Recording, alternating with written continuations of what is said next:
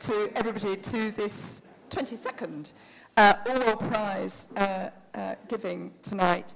If you are a judge and you are not at the front because you're an unorganised writer and creative person who it's very difficult to manage, come to the front, because you're supposed to be at the front. Anyway, leaving that aside.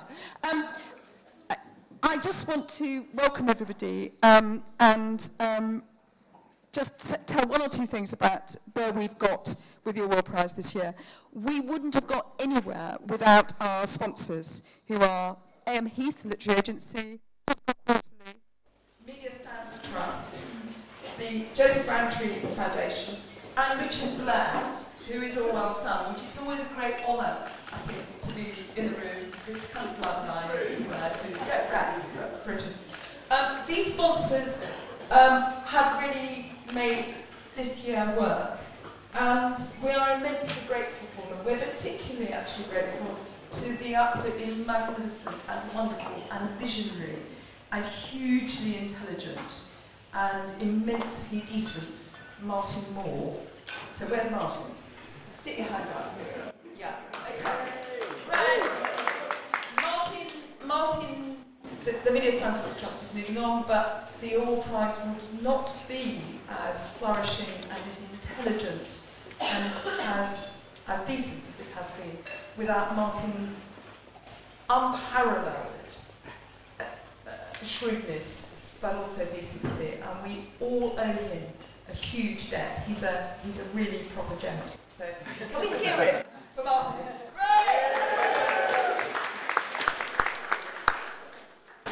We've been very excited to work with the Joseph Rowntree, and I come on to that in a minute.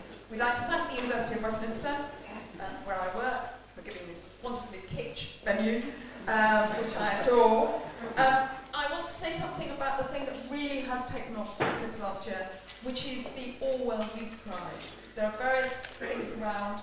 We run workshops all over the country, piloting how it would be that you would get young people in the not such good schools to find a voice, find a way of expressing themselves. This year they've been identifying a lie and reading Orwell and coming up with prizes, and we've now got a very good strategy on very little money to begin to deepen that and roll that on, and it's just the most exciting thing.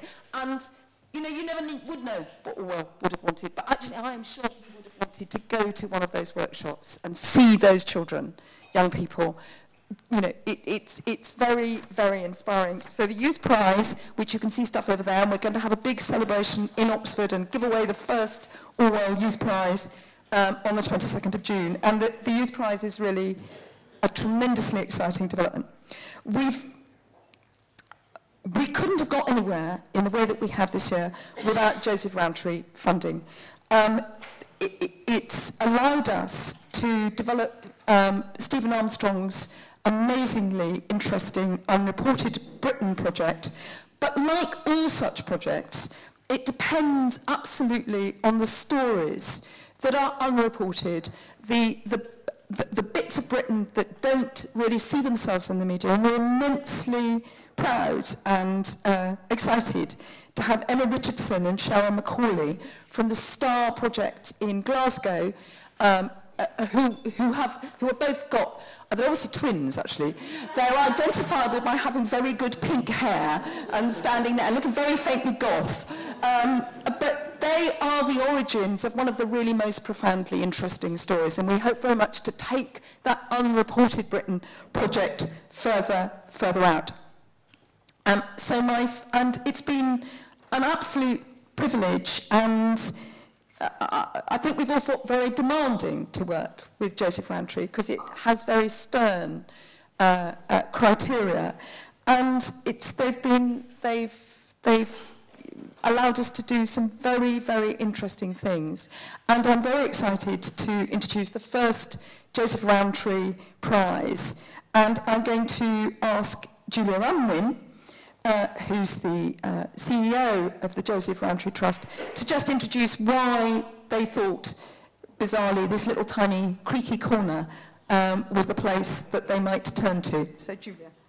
Thank you, Jean, and thank you to all of you who've come. The Joseph Rowntree Foundation has for decades produced really important, really vital, really necessary research. But we've always known that it is vital and it's necessary, but it's not sufficient. It's not sufficient unless we can get the stories and the messages that we're writing to a bigger audience. So for us, the opportunity to work with journalists, to work with Jean and her colleagues, to try and encourage people to write about the overlooked parts of the UK, the forgotten stories in the UK, was hugely important to us. Like the best journalists, we believe our task is not always to comfort the afflicted, but occasionally to afflict the comfortable. And I think what we've achieved in this particular prize is encouraging some extraordinary journalism, some very powerful commissioning across a whole range of issues. And what we've exposed, and I was one of the judges and privileged to be so, was stories from across the UK. First of all, I have to talk about Stephen's work, published by The Guardian, bringing to public attention stories that some of us thought we knew a bit about, some of us knew a lot about, and nobody had written about as tellingly and compellingly as that. Stories about backstreet dentistry. Stories about how people are so cut off if they can't use the internet. Stories that I think would have saddened Joseph Rowntree, would have appalled and angered George Orwell, and should shock us all today, because what they do is shine a very bright light on things that are often overlooked. In a moment, Nick's going to introduce the shortlist and the winners, but what they all together offer us is not just a vision of some of the things that are going on in the UK that are dangerous, bad and distressing, but also much, much more importantly, a route for how we can do something about it, because the optimism, the capability and the stories that we've been able to produce, I think, help us at Joseph Rowntree Foundation with our mission, which is to work for a prosperous, poverty-free UK, one in which everyone can thrive to their full potential. Nick Timmins was one of the judges who's going to talk about that.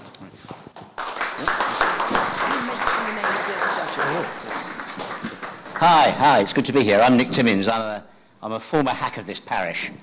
And I'm saying these few words, and I will try to ensure there are as few words as possible, on behalf of my fellow judges, Richard Sambrook, who's now Professor of Journalism at Cardiff, but was recently head of global news at the BBC, and Anushka Astana, former Times columnist and now Sky's political correspondent. They both very much wanted to be here, but Richard unfortunately is abroad, and Anushka may at this very moment be delivering a baby, so she's not able to make it. Now, I'm sufficiently young to have done my share of judging media awards over the years, and I have on occasion made myself highly unpopular with the assorted hacks by saying that while the winner was a worthy winner, and the winner always was a worthy winner, the overall standard in that particular year had not been particularly high. The lesson from this is that you should never tell a journalist the truth. But in this case, that absolutely was not the case here, which is particularly great given that this is the first time the prize has been awarded. There was some excellent work which we'd like to mention which did not even make the shortlist. A campaign about loneliness in old age by the Yorkshire Post, for example. The exposure of what's happening to young people with mental illness that was undertaken by Community Care magazine in conjunction with the BBC. But to make an award is to choose, and unfortunately they did not quite make it to the shortlist. But amongst the work that did, and some that did not, including an excellent Guardian package on the human cost of cheap clothing in the wake of that terrible factory collapse in India, there was a highly encouraging blend of different media to tell the story.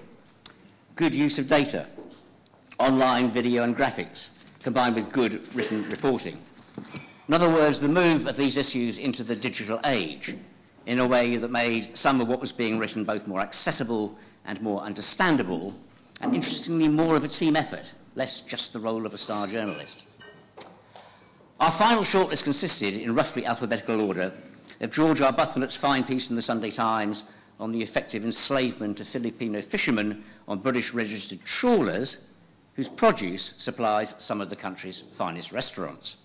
I think that's called afflicting the comfortable. There were two highly impressive and almost complementary pieces of work on Britain's social housing crisis and the role of the developers in that that came from The Guardian, the first by Aditya Chakrabarti and the second by Nick Mathiasen. Alison Holt provided a panorama on the care of the elderly and vulnerable people in care homes.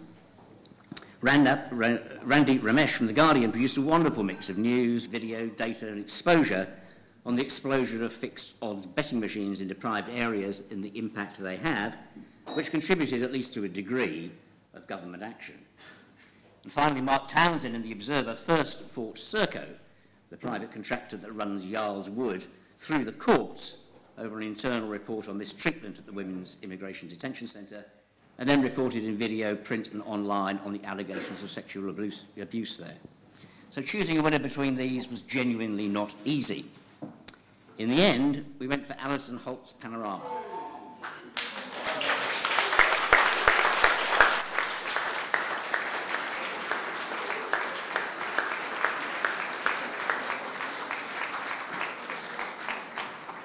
It was the product of secret filming by a family, but also some great reporting.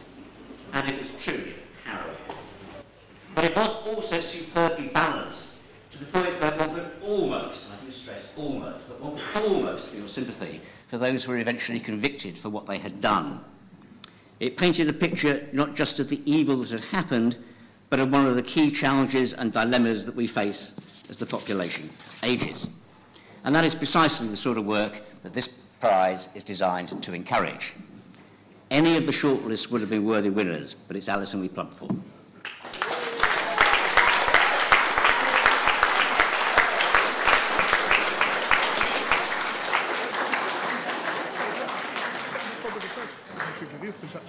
That'll pay for your dinner tonight.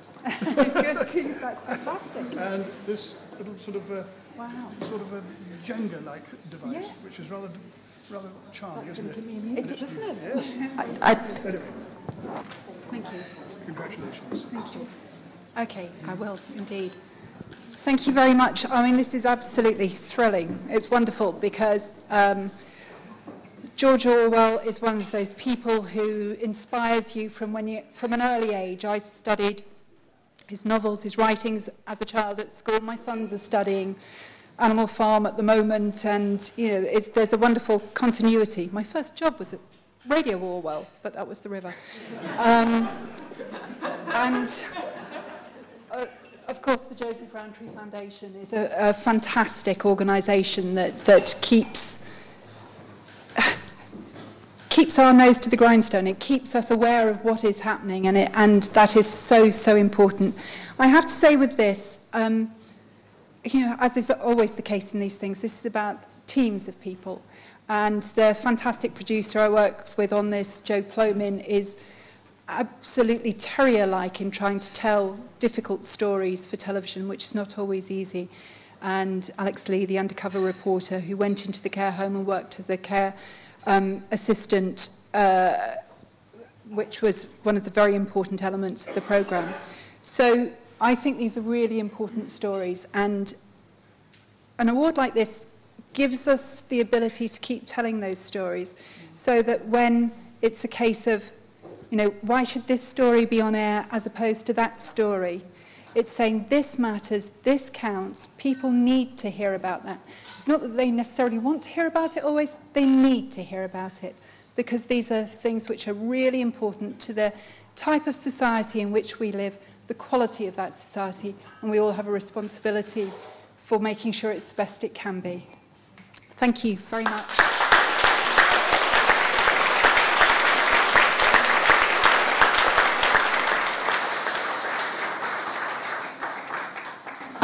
The next prize is the Orwell Journalism Prize.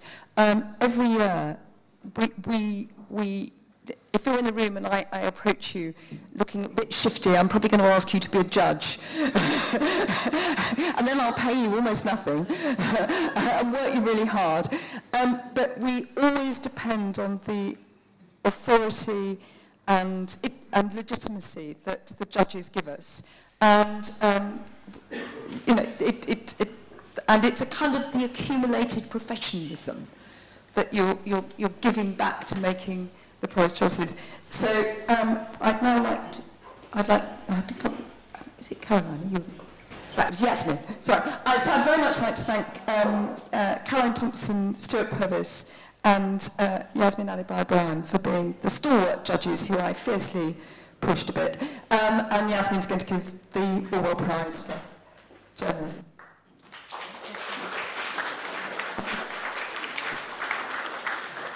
Thank you, Jean. I don't think we've ever properly applauded Jean Seaton. So can we just applaud her? She is extraordinary.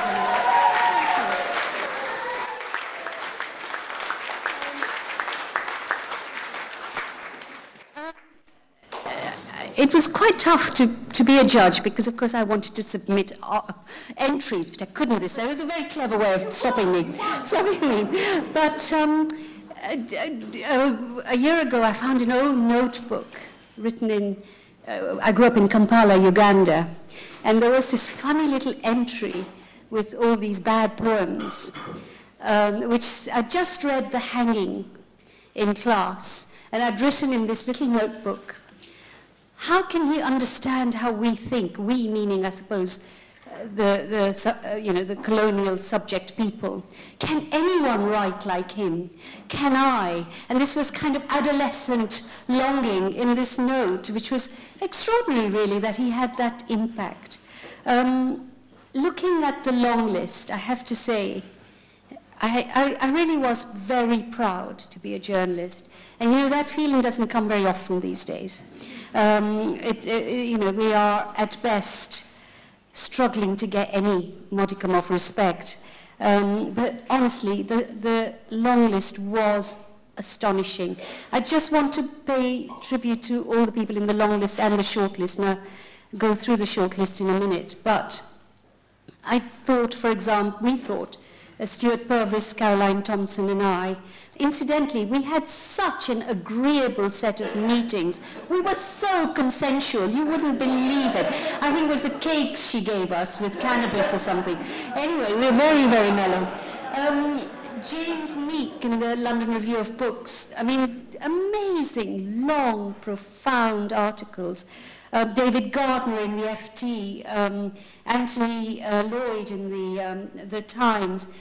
Scotland was the story of this year. We want to pay tribute to Peter Ross and Ian Birrell, who sort of seems to do two completely different kinds of writing, from reporting in really difficult places all over Africa and other places, and then these fabulous commentaries with which I don't politically agree, but they're beautifully written. Steve Richards, always absolute essential reading. Melanie Phillips, steadfast, and again, writing very well in the Times. And I especially want to mention Rebecca Ominara and Claire Sandbrook, because they write about this, what Julia Unwin said, the unreported people. Among those unreported people, of course, are the poor and asylum seekers. And these two writers absolutely bring alive what's happening to these voiceless folk, really.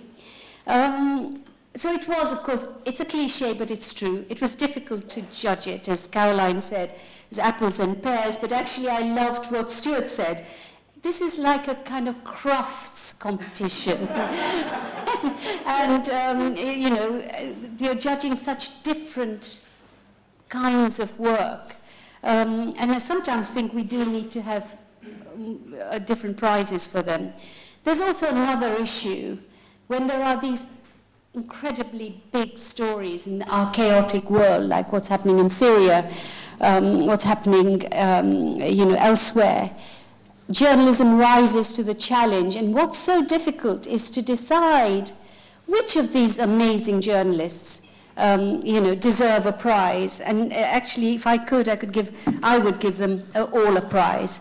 The shortlist was Martin Chulov, Rebecca Ominira, Rosie Blau, again, a wonderful, I think I'd never read her before, I always read her now. Mary Riddell, whose commentaries in the Telegraph are exceptional. and Kim Sen-Gupta, who seems to be 6 people, I think, at least. How he gets into places. I don't think there's only one Kim Sen-Gupta. But we all agreed, and this was a unanimous decision, with all the anxieties I've gone through, that the winner is Martin Chulov. And because he told us...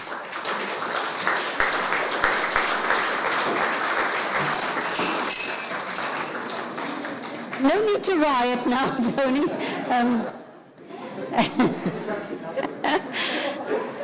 He told us so much of what we really didn't know about the Middle East. It's a combination of analysis and great stories and extraordinary personal bravery.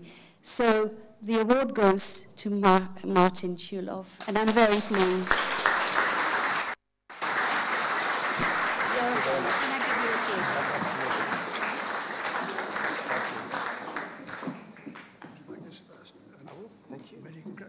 Thanks very much. Thank you. Thank you. Some timber to go with it. Fantastic.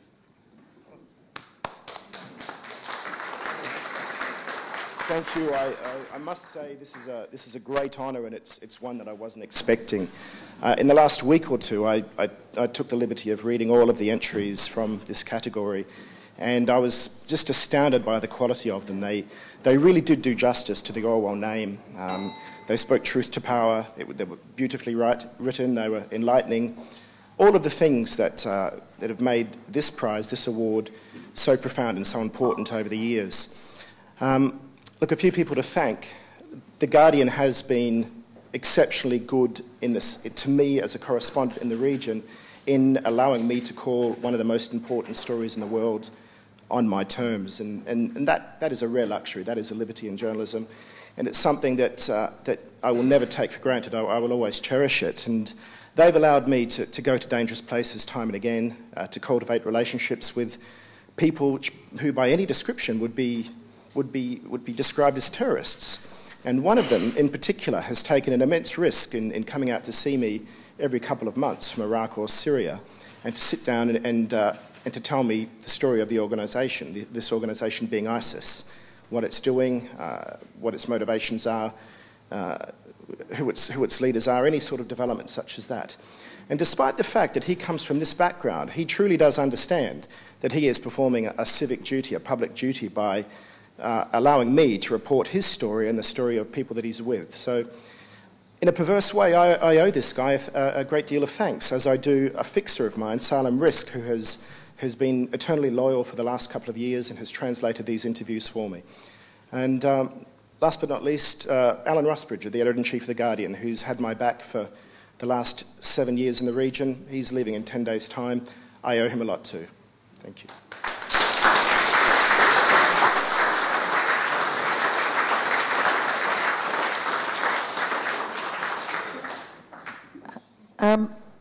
One of the best things about the Orwell Prize is actually it's just tremendously inspiring. You just read the journalism, read the books, and you think intellectual life and thinking is really alive, and it's be a judge, it's really interesting. It changes how you see the world. Now we move on to the book prize. The judges were Tony Wright, Claire Armistead, and Gillian Slovo. And you can see the wonderful posters for this fantastic set of books around you, and they ought to be on your summer reading list or on your Kindle immediately, because you will understand the world far better if you've read them all.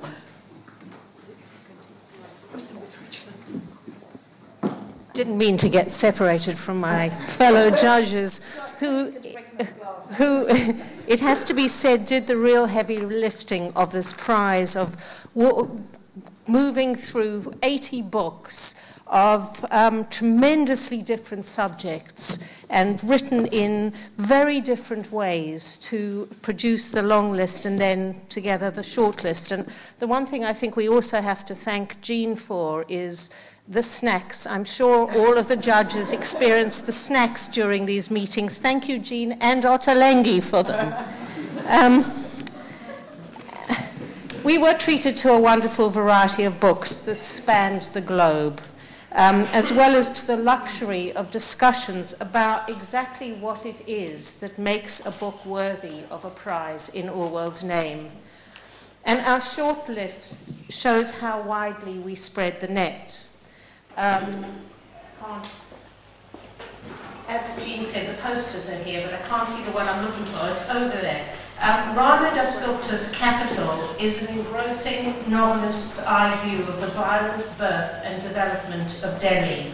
Through its detailed descriptions of the winners and losers in Delhi, it gives us a far-reaching and often gut-wrenching account of the rise of the modern city. Dan Davis's In Plain Sight, which is there, is a tense description of Jimmy Savile's life and deeds, as well as an analysis of the mess the BBC got itself into. It's an insider's view that despite what we all know of Savile's behaviour, has the capacity to make the reader gasp. Nick Davis's Hack Attack, which is over there, is a wonderfully readable account of the phone hacking scandal, full of polemical flair. It casts light not only on the practice of journalism, and in this case both the corrupt and the truly wonderfully investigative journalism, but it also goes to the heart of the way power works in our society. David Kinniston's Modernity Britain, which is over there, is a second volume in his ongoing project that enriches our culture by restoring the commonplace to the historical record. His is not a history written by the victors, but a rounded and wide-ranging account that, in the case of this volume, makes the years 1959 to 1962 come vibrantly alive. Louisa Lim's Gripping the People's Republic of Amnesia, which is over there, investigates the events at Tiananmen Square by interviewing participants, from the soldier at one end of a gun site to the activists at the other, and weaves their differing accounts to give us an understanding of a whole society. And through a series of interrelated essays, James Meek's Private Island, which is there, builds a picture of the way Britain is being sold off. His book is neither a polemic nor an ideological tract, but a careful and well-written exploration of what exactly privatisation has produced. And they're all worthy contestants of a prize which shows how sustained and truthful reporting can expose the way our world works. But not all of them could win. So we looked for the one book which, in our opinion, best passed the Orwell test, political writing as art. It was a close competition, especially between two of the finalists, but in the end, we were unanimous in agreeing that for the elegance of his prose and the deep research that backs it up, James Meek is the winner of the 2000.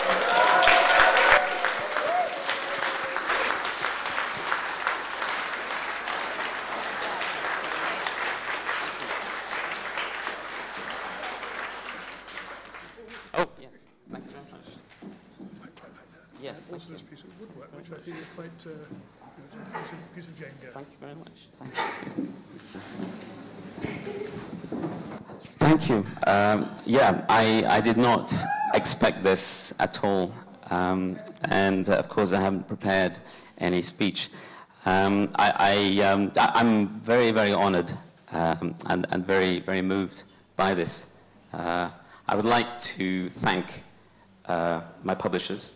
The Verso is such a vast organization that, you know, there are so many thousands of people working there. I couldn't possibly thank them all, but I do feel very, very, very warmly towards them. They've done a magnificent job on this book. I'd like to thank my agent, Natasha Fairweather. I'd like to thank Sophie, my partner, who gave up a drag night in Norfolk to be here tonight, which is a huge sacrifice. And it probably violates some kind of weird protocol, but I would also like to thank, I have another publisher in the room tonight, and out of my gratitude for all that he's done to me, I'd also like to thank Jamie Bain. I would also, in particular, like to thank the journal that, after the kindness and support of The Guardian for so many years, has given me the home for these immensely long pieces of journalism that I put out. The London Review of Books, I'd like to thank everyone there, Mary Kay Wilmers, Jean McNichol, Paul, and all the other people at the LRB. Of course, before this, I thought maybe I should prepare something. I'm sure somewhere in all the writings of George Orwell, there is that one phrase which captures what this is all about. I didn't find it. The thing about George Orwell and the way the tribute to him is it's one of these things like learning to walk. Who can actually remember when they first read Animal Farm or 1984? But I think one of the things about him is that he did traverse the wings, the left wing, the right wing.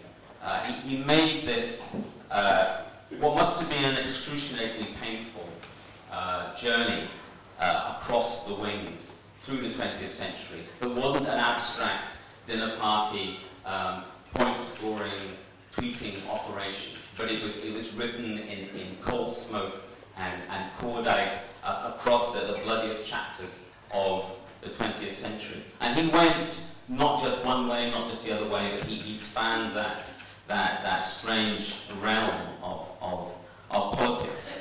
And I had been thinking of asking, are there any Tories here tonight? Are there any shy Tories here tonight? I'm not a Tory, that may shock you. I was disappointed, to put it mildly, on the morning after the election. It didn't seem possible that the leaves would still come out and the sun would still shine in David Cameron's Britain. But really, this prize and all the wonderful, wonderful writers on the shortlist who could equally well have won this prize make me think that what we are, or at least what we should aspire to be, is not the bird with the big heavy right wing, and not the bird with the big heavy left wing, but the bird with the annoying, persistent, sharp beak. Thank you.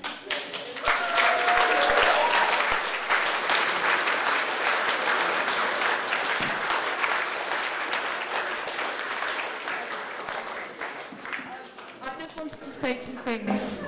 Go and buy the books, because they are all brilliant.